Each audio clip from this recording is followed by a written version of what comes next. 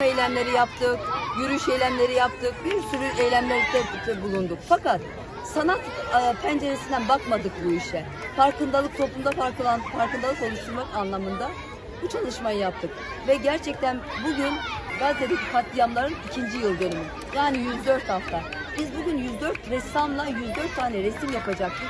Ama maşallah 130 tanenin ressamdan daha fazla ressam geldi, resimler yapıldı.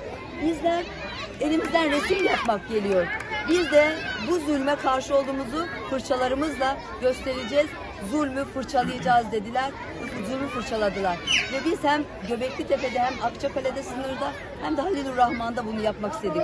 Çünkü biz istedik ki şu an Gazze'liler aynen Hazreti İbrahim'in ateşe atıldığı gibi ateşler içerisinde ve Allahü Teala ateşe serin ve selamette ol dedi.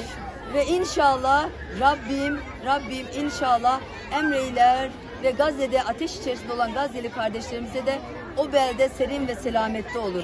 İşte biz Halilurrahman makamından bu mesajı vermek için burada bulunuyoruz ve koca Filistin bayrağımızı açtık. Onların yanında olduğumuzu tüm Şanlıurfalılar olarak haykırıyoruz. Elimizden bu geliyor. Bugün bunu yaptık. Yarın başka bir şey gelir. Onu yapmaya devam edeceğiz.